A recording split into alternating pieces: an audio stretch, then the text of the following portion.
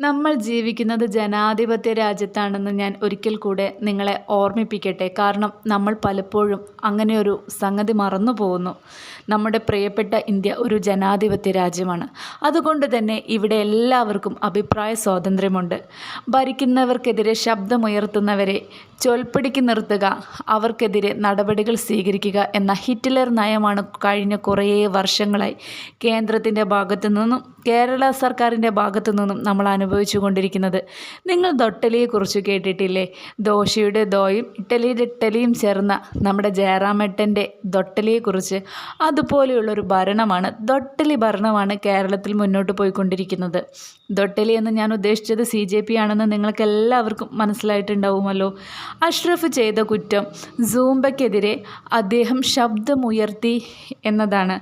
എല്ലാ കാര്യത്തിനും അതിൻ്റേതായിട്ടുള്ള രണ്ട് വശങ്ങളുണ്ടാവും.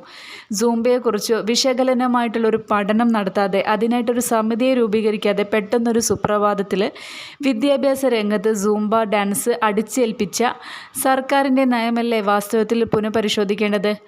കാഫിർ സ്ക്രീൻഷോട്ട് വിവാദത്തിൽ പ്രതികൂട്ടിലായ അധ്യാപകനൊക്കെ ഇപ്പോഴും സുഖസുന്ദരമായിട്ട് ജോലിയിൽ വിലസുമ്പോൾ ഇവിടെ TK അഷ്റഫിനോട് ചെയ്ത സർക്കാരിൻ്റെ പ്രവൃത്തി ശരിക്കും അനീതിയാണെന്ന് പറയാതെ വൈകാതെ നമ്മുടെ ഡോക്ടർ ഹാരിസിനും ഇതുപോലെയുള്ളൊരവസ്ഥ ഉണ്ടാവുമെന്ന് പറയാതെ വയ്യ. എല്ലാവർക്കും